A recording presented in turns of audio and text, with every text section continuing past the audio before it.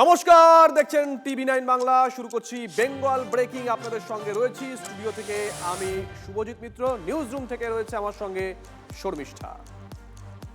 সাংসদ থেকে বিধায়ক, এদেশে ঘোড়া কেনাবেচার অভিযোগ নতুন কি, তাই না? টাকার বান্ডিল থেকে বাঁচাতে রিসর্ট পলিটিক্সও সমানতালে চলতে দেখেছি আমরা। তা বলে একটা পুরসভা ধরে রাখতে কিনা কাউন্সিলরদের টোপ। ঘোড়া কেনাবেচার রোগ কি এবার জলপাইগুড়ি পুরসভাতেও? মার্কেটে অনেক কিছু শোনা যাচ্ছে, উনি টাকার ব্যাগ নিয়ে ঘুরে বেড়াচ্ছেন এবং ওসব করে কিচ্ছু হবে না। জলপাইগুড়ি পুরসভায় অনাস্থা ঠেকাতে ঘোড়া কেনাবেচা, ব্যাকডেটে নতুন ভাইস চেয়ারম্যান নিয়োগ, বিতর্কের মধ্যে ইস্তফা ভাইস চেয়ারম্যানের। তৃণমূল পরিচালিত জলপাইগুড়ি পুরসভায় পুরো দস্তুর নাটক। চেয়ারম্যানের বিরুদ্ধে অনাস্থা ভোট যত এগোচ্ছে ততই বদলাচ্ছে পরিস্থিতি। নিজের পছন্দের কাউন্সিলরকে ডেপুটি হিসাবে বেছে নিয়েছিলেন চেয়ারম্যান। এই নিয়ে জলপাইগুড়িতে বিস্তর বিতর্ক শুরু হয়। এবার সেই বিতর্কের আবহে ভাইস চেয়ারম্যান দীনেশ রাউত তিনি কিন্তু পদত্যাগ করলেন। ঋতব্রত তৃণমূলে থাকা পুরপ্রধান সৈকত চট্টোপাধ্যায়কে সরাতে একজোট তৃণমূলের একাংশ। অভিযোগ, বোর্ড বাঁচাতে টাকার টোপ দেওয়া হয় কাউন্সিলরদের। যদি ঘোড়া কেনাবেচা করার মতো যদি কোনো ঘটনা ঘটে থাকে কারো দ্বারা, পৌরসভার ইতিহাসে একটা কলঙ্কজনক ঘটনা ঘটবে। এরই মধ্যে ব্যাকডেটে সই করানো ভাইস চেয়ারম্যান নিয়োগ হয় বলে অভিযোগ। অনাস্থা থেকে বাঁচার জন্য ভাইস চেয়ারম্যান পদের নিয়োগের ক্ষেত্রে চূড়ান্ত দুর্নীতি তিনি করলেন। এই ঘটনায় তদন্ত হওয়া উচিত এবং ওনার দৃষ্টান্তমূলক শাস্তির আমি দাবি করি। কিছুদিন আগে পুরপ্রধান সৈকত চট্টোপাধ্যায়ের সঙ্গে থাকলেও পরে কালীঘাট শিবিরে ফেরেন ভাইস চেয়ারম্যান। বিতর্কের মুখে তিনি পদত্যাগ করেছেন। চেয়ারম্যান যখন 15 দিনের মধ্যে ডাকতে পারলো না, তখন আমার টার্মটা শুরু হবে 7 দিনের মধ্যে। ওই সময় আইনি প্রক্রিয়ার মধ্যে জড়াই যেতে পারি, সেই জন্য আমি আর রিস্ক নিলাম না। 2022-এর পুরভোটে 25টা আসনে জলপাইগুড়ি পুরসভায় 22টি ওয়ার্ডে জেতে তৃণমূল কংগ্রেস, 2টি ওয়ার্ড পায় কংগ্রেস ও 1টি সিপিএম। ইতিমধ্যে চেয়ারম্যানের দিক থেকে অধিকাংশ কাউন্সিলর বিক্ষুব্ধ শিবিরে। অনাস্থা ভোট হলো বলে শুধু ছাপ্পা ভোটের বলেই যেই পৌরসভার বোর্ড গঠন হয়েছে, সেই বোর্ডে এরকম ধরনের অনিয়ম তো থাকতেই পারে। মহারাষ্ট্র হোক বা তামিলনাড়ু, জাতীয় রাজনীতিতে আয়ারাম গয়ারাম উদাহরণ অসংখ্য। তা বলে ছোট্ট এক পুরসভা ঘিরেও দলবদলের খেলা ঢুকে পড়ল। নীলেশ্বর সান্যালের রিপোর্ট, টিভি9 বাংলা। সোনায় মোড়া জগদ্ধাত্রী, কৃষ্ণনগরের চাষাপাড়ার বুড়িমার পরিচয় এটাই। আর যিনি এই বিখ্যাত পুজোর একেবারে সম্পাদক, হত্যাকর্তা, সেই ব্যক্তি কিনা মায়ের গয়না আত্মসাৎ করেছেন। হ্যাঁ, গয়না চুরির অভিযোগে এবং তোলাবাজির অভিযোগে ওই পুজো সম্পাদককে গ্রেপ্তার করেছে পুলিশ। আর তাকে হাতের সামনে পেয়ে সুখে একেবারে ডিম ছুঁড়লেন বিক্ষুব্ধরা। প্রত্যেক বছর যে কেজি কেজি সোনা পড়ে, কা গয়না তছরু উনি দীর্ঘদিন ধরে করে আসছে। অভিযুক্তকে হাসপাতালে আনতেই ধেয়ে এলো পরপর ডিম। কিন্তু কেন এভাবে ক্ষোভ আছড়ে পড়ল?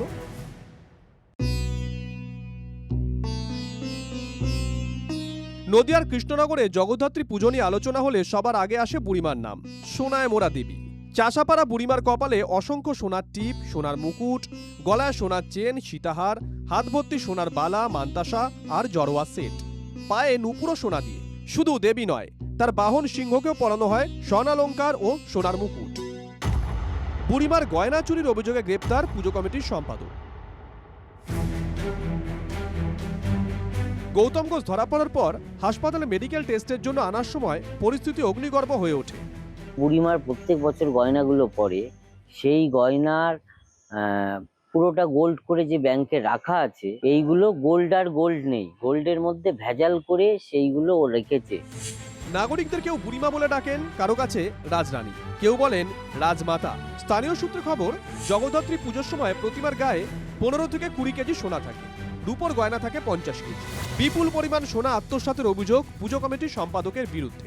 2024 এবং 25 সালের যা গয়না পড়েছে, এই গয়নাগুলোর মধ্যেও নাকি 2-3 কেজি গয়না মিসিং আছে। আপনার বিরুদ্ধে এরকম অভিযোগ? আমার বিরুদ্ধেই তো করবে, আমি পলিটিক্যাল ম্যান না। আমরা খোলে তাদের এরকম হয়।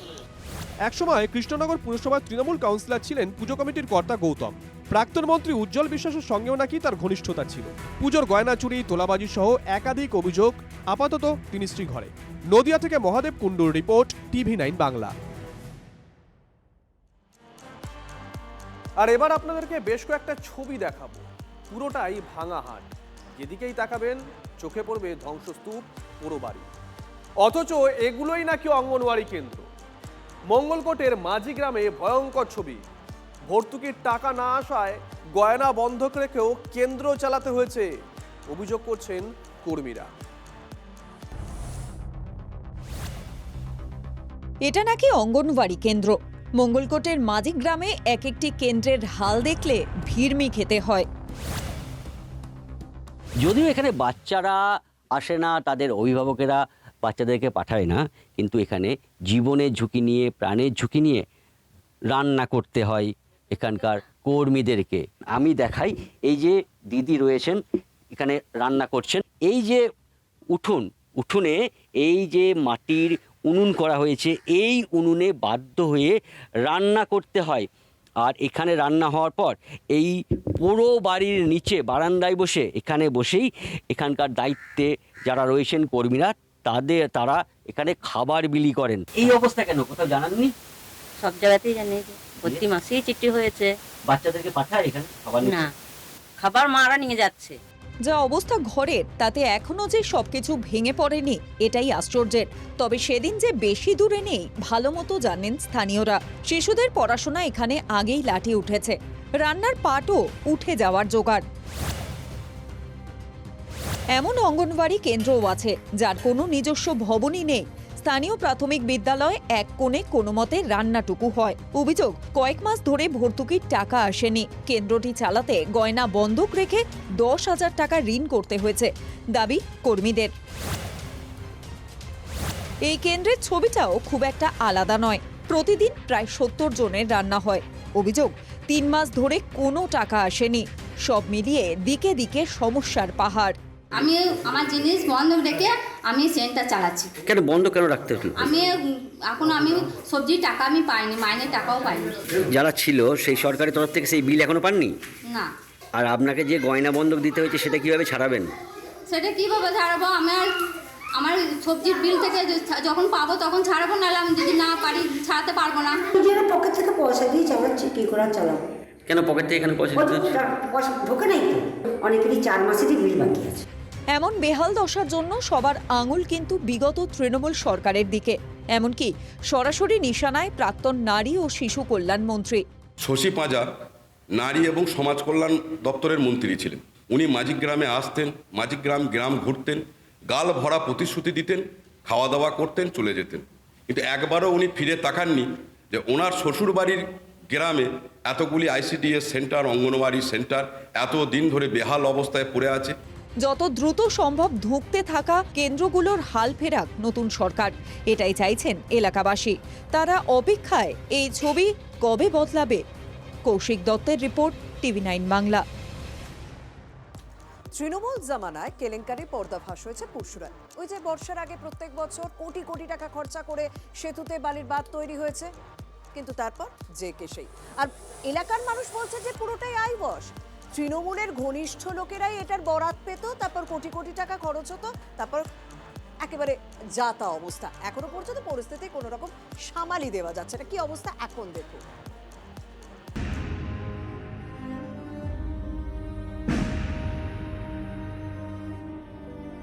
পুরসুরার কাদিপুর শ্রীরামপুর গ্রাম পঞ্চায়েতের আর এই মুন্ডেশ্বরী নদী, এখানে যেটা গ্রামবাসীদের অভিযোগ যে বাঁধ বালির বস্তা দিয়ে তৈরি করা হয়েছে এবং বালি দিয়ে বাঁধ তৈরি করা হয়েছে, যার ফলে এই বাঁধ টিকছে না। প্রায় 3 বার একই জায়গায় বাঁধ ভেঙেছে এবং কোটি কোটি টাকা খরচা হয়েছে। 1.5 কোটি টাকার কাজই তো নয়, 1.5 কোটি টাকা হলে তো খুচরো পয়সা হলে তো বাঁধটা বাঁধা হয়ে যেত, ভালোভাবে মানুষ যেতে পেত। টাকা শেষ নাই, টাকা দিয়ে বাঁধা হয়ে যেত এখানে যা টাকা এসেছিল। কিন্তু স্কিমগুলো দেখতে যাই তাও দেখাতে যাইছে না, সব টিএমসির লোক। তৃণমূলের জামানায় কি হয়েছে, তখন কন্ট্রাক্টরও তৃণমূলের, ইঞ্জিনিয়ারও তৃণমূলের, কোনো রকমে কাজ করে টাকাগুলোকে নিজেদের পকেটে ভরে নিয়ে বাড়ি চলে যাচ্ছে। দামোদরের শাখা নদী মুন্ডেশ্বরীর এই বাঁধ নিয়ে পাহাড় প্রমাণ ক্ষোভ পুরসুরার কাঁদিপুর এলাকায়। শেষবার বাঁধ ভেঙেছিল গত বছর, তারপর ফের কয়েক কোটি টাকা বরাদ্দ হয় মেরামতির জন্য, কিন্তু সেই নতুন বাঁধও শেষ। এলাকার মানুষজনের অভিযোগ, এইখানে 3 বার বাঁধ ভাঙে 2021 সাল থেকে, আর 3 বারই এইভাবে কাজ হয় আর এই বাঁধের মাটি টোটাল নদীতে চলে যায়, এমনকি নদীতে এমনভাবেই যায়, এই দূরে দেখতে পাচ্ছি এই মাটি গিয়ে চরের সৃষ্টি করেছে, যার ফলে আগামী দিনে কিন্তু এই মুন্ডেশ্বরী নদী আবার গতিপথ চেঞ্জ করতে পারে, এমনটাই দাবি করছেন স্থানীয়রা। এরকম ছিঁড়ি বাঁধে সারাই করা, পয়সা সব কোথায় চলে যাচ্ছে, খালি বস্তা দিয়ে দিয়ে বাঁধ সারাই হচ্ছে। তৃণমূলের আমলে যা হয়েছে সব বলবো সব চলে গেছে, ওরা সব খেয়ে নিয়েছে টাকাটা। কিন্তু কাদিপুরে সাধারণ মানুষের কোনো কাজ হয় না, সাধারণ মানুষ কিন্তু যেতেও পারে না। ভাঙনটা দেখে মানুষ আতঙ্কে পড়ে থাকে, খাওয়া দাওয়া বন্ধ হয়ে যায়, ছেলেপুলে নিয়ে কোথায় যাবে তারা চিন্তায় থাকে। আমরা সাধারণ মানুষ বুঝতে পারছি যে রাস্তাটা বালির উপর বালির বাঁধ করা হচ্ছে বা রাস্তাটা ভেঙে পড়ে যাচ্ছে, কিন্তু যারা বাদ দিয়ে আসছে তারা কি বুঝতে পারছে না? চোখের সামনে স্পষ্ট নদীর ভেতরের দিকে বালি মাটি ফেলে ত্রিপল দিয়ে ঢেকে তার উপর বালির কালো বস্তা চাপা দেওয়া হয়েছিল। বাইরের দিকে বোল্ডারের বদলে দেওয়া হয় শুধু বাঁশের বেড়া। ওই বাঁধ নির্মাণের জন্য 1.5 কোটি টাকা বরাদ্দ হয়েছিল ইরিগেশন, সব টাকা আত্মসাৎ করে দিয়েছে, কয়েকটা ওই কালো বস্তা ছাড়া আত্মসাৎ করে ওখানটা শেষ করে ফেলেছে। এবার আমাদের গভর্নমেন্টে আড়াই মাস বয়স গভর্নমেন্টের, তবুও চেষ্টা করছি যাতে বন্যার সময়টা ওখানটাকে ঠিকঠাকভাবে রাখা যায়। স্থানীয়দের আশঙ্কা ডিভিসি এবার জল ছাড়লেই অবশিষ্ট বাঁধটুকু ভেঙে যাবে। আতঙ্কে ঘুম নেই কম করে 8টি গ্রামের প্রায় 20 থেকে 22,000 মানুষের। এলাকার বাসিন্দাদের দাবি তদন্ত হোক, বাধ্য রিপেয়ার করতে হবে, না হলে 7-8টি গ্রাম ভেসে যাবে। কিন্তু তারাও চাইছে এই কোটি কোটি টাকা কার পকেটে ঢুকলো, তদন্ত হোক, তদন্তে সবকিছু বেরিয়ে আসবে। পুরসুরা থেকে ক্যামেরায় মধুসূদনদের সঙ্গে তন্ময় বৈরাগী, TV9 বাংলা। আর এবার আপনাদেরকে যেখানে নিয়ে যাব, পাকাপোক্ত ব্রিজ সেখানে স্বপ্ন, এমন স্বপ্ন যা শুধু দেখেই যেতে হয়, পূরণ আর হয় না। ঘাটালের গড়খাই এলাকার ঘটনা। ঘাটাল ব্লকের অজবনগর এক গ্রাম পঞ্চায়েতের পান্নার গড়খাই এলাকায় এমনই হাল সেতুর, অথচ এই পথ দিয়ে ঘাটাল ও দাসপুর ব্লকের সঙ্গে অতি সহজেই যোগাযোগ করা সম্ভব। স্থানীয়দের অভিযোগ, সেতুর নামে প্রতিশ্রুতি ছাড়া তারা কিছুই পাননি। তাদের কথাকে কোনো গুরুত্বই দেয়নি তৎকালীন তৃণমূল সরকার, ফল ভুগতে হচ্ছে হাতে নাতে। আষাঢ় মাস থেকে এটা একবারে প্রায় ভাদ্র মাস আশ্বিন মাস পর্যন্ত জল থাকে, তো কি দুর্ভিক্ষের দিনে ছোট নৌকায় করে যাতায়াত পারাপার হয়, তা আবার সময়ে পাওয়া যায় না। যদি গ্রামের কারো রকম কোনো কিছু অসুবিধা হয়, গ্রামেই মারা যাবে, বেরোতে পারবে না। এখানে রুগীকে আনতে হলে আমার দিকে খাটিয়াই করে এখানে আনতে হচ্ছে, খাটিয়াই করে এনে এখানে অ্যাম্বুলেন্স আসলে এখান থেকে পাঠাতে হচ্ছে। কালভার্টের ওপর বাঁশের পাটাতন ফেলেই এখন চলে ঝুঁকি নিয়ে যাতায়াত, আর উপায় বাকি। এলাকার মানুষজন বলছে তৃণমূল জামানায় এইখানে কালভার্টের উপরে ঢালাই করে রাস্তা করে দেওয়া হয়েছিল, কিন্তু গ্রামের মানুষের দাবি ছিল স্থায়ী সমাধান, অর্থাৎ এখানে একটি পাকাপোক্ত সেতুর প্রয়োজন ছিল। করে দেবো কিন্তু আজকাল লজ্জাজনক কথা, কোনো মতেই করছে নি। ওই তো বললাম না যে 15 বছর চলে গেল, হবে করে একটা কংক্রিটের জায়গাটা কিছু করে দিয়েছিল, 2-3বার সেই কংক্রিটের চাতাল উল্টে গেছে। মাঠে লেভেলে করলে তো এই এলাকা তো 1 হাঁটু জল বাড়লেই সেখানে পারাপার বন্ধ হয়ে যায়। এবার নতুন সরকারের আমলে বাসিন্দাদের দাবি একটাই, স্থায়ী সমাধান চাই। আশ্বাসও মিলেছে বিধায়কের তরফে। আমরা দুরকম প্রস্তুতি নিয়েছি, একটা কংক্রিটের ব্রিজ, একটা হচ্ছে লোহার ব্রিজ। দুটোর মধ্যে একটা করবো, যে লোহার ব্রিজ যদি হয়ে যায় সেই ব্রিজে ভারী গাড়িও যাতে 4 চাকা যাতায়াত করতে পারে, আর নতুবা কংক্রিট ব্রিজ হবেই, সেরকম একটা পরিকল্পনা নিয়ে এস্টিমেট করে পাঠানো হয়েছে। এখন দেখার কবে নতুন সরকারের আমলে এই এলাকার মানুষের এই সমস্যা থেকে মুক্তি পায়। পশ্চিম মেদিনীপুরে ঘাটাল থেকে অসীম বেরা, TV9 বাংলা।